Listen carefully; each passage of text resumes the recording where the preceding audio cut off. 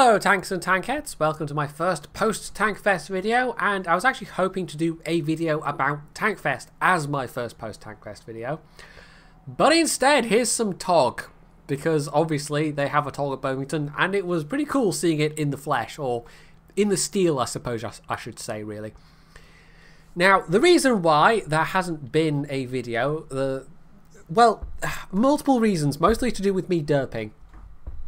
Firstly, the photos I took, and I couldn't shoot video because my camera can't do video.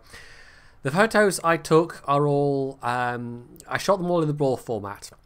What that means basically, it's just the raw image data from my camera sensor, which needs to be then processed on my computer. So I spent about a day and a half, better part of 2 days, doing that. I could have just sat down and done it all in one block, but frankly, I kept getting distracted. Like I had a whole bunch of stuff to sort out after I came back, so I didn't get it all done at once. But that took me a little time to do. The number of wonky horizon lines, like I just apparently could not remember how to hold a camera straight. But anyway, the other thing is that I've tried a couple of times to record something, but frankly, I've just scrapped all those because they were terrible. So I'm going to have another go at some point. But the thing that has changed between yesterday and today is that Wargaming have said they're going to make available a bunch of video that they themselves shot. So I will actually have some video to edit in there, but I need Wargaming to have uploaded all that so I can pick and choose the bits I want to use. And also, obviously, there'll be the kind of the editing time, and I don't know, probably me trying another 3 or 4 times on top of the 3 or 4 times I've already tried and just derping out. And then hopefully we won't also have more of what I had today, which was a power cut for about 6 hours during the day, which also obviously slightly put a crimp on things because there wasn't a whole lot I could do while that was. Yeah, I caught up on my reading. I actually read quite a lot while I was away. I took a book with me, which I usually do when I'm travelling. I took The Mysterious Island by Jules Verne, which I was able to pick up a pretty cheap copy of before I left. And it was actually quite entertaining. I've not finished it yet, but I'm fairly close to the end. And it's actually not bad. I quite like Jules Verne. Or I suppose technically I should be saying Jules Verne, because, you know, he was French. But I'm so used to Jules Verne in my head that I probably will forget to say it the correct way. Also, Tier 7 artillery, this might be painful. So yeah, anyway, I won't talk about Tankfest too much in this video, but there is a Tankfest video coming. That's the main thing that I wanted to say. So this is kind of an emergency stand-in filler video, and it's basically just going to be me playing the TOG for a bit. I haven't actually played the TOG in a really long time. Like, we used to take it to the tank companies a lot, but it's the kind of thing that in a platoon, like, it can be fun if you get the right map, if there's not too many artillery. Like, and there's only one arty in this game, but what do you want to bet I'll get focused? Yeah, it's a bit sad on its own. I mean, the gun's good, the rate of fire's good, the hit points are good though, although you need those hit points because it's a big, fat, easily hurt target. But yeah, a group of them, a lot of fun. On its own, not quite so much. But the 17-pounder gun that it gets is actually, it's pretty decent at tier 6. It's just when you have a couple of vehicles still using it at tier 7, that's a bit less good. So anyway, yeah, this is me climbing a hill in a TOG, which is never a good plan. I should have had a Stornoway Gazette handy, but alas, no. I actually took one with me. This is a detail that probably won't make it into the Tankfest video.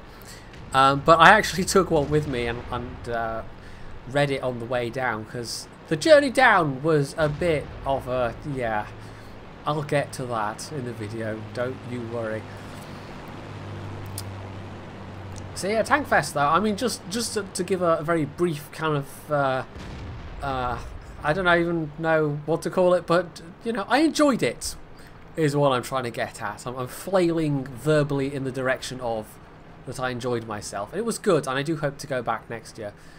Although it does kind of depend on, well, I say finances, you know, Wargaming paid, or are going to cover, rather, once we sort out reimbursement, part of my travel costs.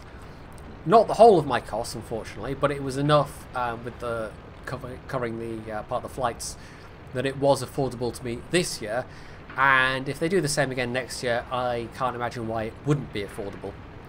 So we'll see. Also, they must have a lot of tanks on this flank, because we're just... yeah, their artillery's down. It's Churchill 7. I don't want to poke my face over and get a face full of everything, but we've already killed, what, a third of their team? Fourth of their team? And I've not even found anything to shoot at yet, but on the other hand, such is the life of a TOG. Right, so, stuff. Here is stuff, and I will shoot at it. That sounds like a plan. Right, that is a very, very low health KV1. We'll take him out. He's the guy capping. Ooh, goodbye. Whatever that was. That was KV1S. The old KV1S. Ooh. KV at 5.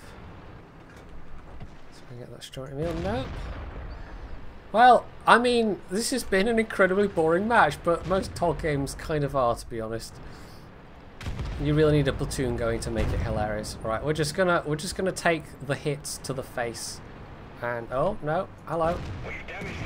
Oh, he dipped into the ground. There's that legendary 122mm gun accuracy. I don't mind backing off actually. I can't back off fast enough for him not to hit me. What's there? T150. I can definitely pen that. This has been, yeah, I just drove up a hill and then the enemy team was dead, so that was that. So this is why you need all those hit points. Like, this is 2 tanks and I'm probably going to die here, in fact. Oh, is this IS? Yeah, oh, shot the wreck. I'll take it. Now, in theory, I'm side-scraping here, but of course, with the... oh, he doesn't have his top gun. Okay, I might actually survive another hit. The turret of the TOG is so weak that, yeah. So there we go. Easy Jim. I still did 1400 damage. That's actually not terrible for a TOG, you know. That was my own hit points. So, okay. I'm actually... you know what? This is... I'm clearly, you know, feeling the novelty tanks right now. I'm going to take another tank that I actually saw at Bovington. Third place, you know. Easy game, drove up a hill, shot a bunch of stuff. It was very difficult, very difficult. They actually have one of these at Bovington. It was, I can't remember if it was like an experimental tank or it wasn't one that they actually mass produced, but I think they produced a couple of prototypes. And it was, I think it was actually quite closely linked to the T14, like the reason that they built it, because they've essentially got the same gun. But I knew the details at one point, and I don't anymore. But it was in the conservation hall alongside the T14, alongside the FV4202, and a whole bunch of other vehicles. Like, you actually, it's only when you get there that you get a sense of how many vehicles they have compared to the amount of space they have to display those vehicles. Anyway, this is a pretty good lineup. They actually have fewer heavy tanks, which might work in our favour. 3 Excelsiors in one battle. I didn't think you saw these things around that much, but then I don't play it very often. A couple of artillery, but nothing that should particularly trouble me. So my armour might actually be quite useful in this one. One of my problems with the Excelsior is that you need the right sort of matchup when you're top tier, but even so, the BDR can hurt me, the KV1 can definitely hurt me. The VK, if he's got the Cornish, not the Cornish, I can't remember what it's called these days, but if he's got that gun, that could hurt me. Matilda 4's probably not. Struggling the T67, yes. Let's go. But, you know, if I remember to angle the turret between shots as well. But, yeah, the mobility might actually come in relatively useful. It is basically a fat Cromwell with a terrible gun, but okay-ish armour, depending on what you're facing. So yeah, it's not a particularly reliable tank. I don't play it very often, but it was kind of cool seeing it in the flesh, though. I keep saying that, in the flesh. In the steel. Yeah, I don't know what the expression would be for a vehicle. But anyway, Tankfest was cool. I want to go again. We actually talked about next time, because it was rammed this year. Like, it was really busy. Both days were sold out. We were talking about next time staying for a bit longer so that we would be there for the Tank Fest days, but actually, hello, he's going a bit ham. Also, going to... He did not want to live. The accuracy of this gun's not good. Yeah, I'm staying for an extra day or two so that we could go and see the museum when it was quieter, basically. Because there is a lot of stuff. Like, we were there for 2 days and they had displays and they had all kinds of things, but it was just so much, so it's like even in a single weekend you're going to struggle to see it all, because the amount of they had just laid on a lot. We didn't particularly get to see a lot of the displays, so it's going to be cool seeing Wargaming's video of that side of things. Oh, yes, my armor doing alright, but my gun being not so good. Come on, Matilda, not Matilda, there we go. Oh, side of the turret, we'll take that. You'd think side of a Matilda turret, you know. Anyway. There we go, he's down. Right, in theory, this is enough pen for the front of the Matilda. Oh. Now, his gun's not particularly good either, but oh, hello. I might want to back off now. Right, this is actually going to be a total bounce fest, so we're going to spam some APCR, because frankly, I don't have a lot of choice. Not if I want to pen him, anyway.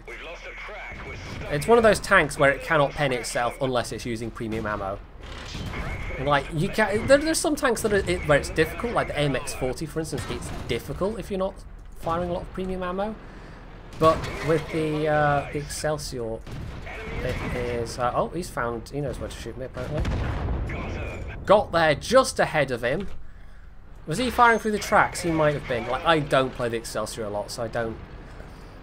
whoa, hello, artillery. Don't especially know the best places to shoot it.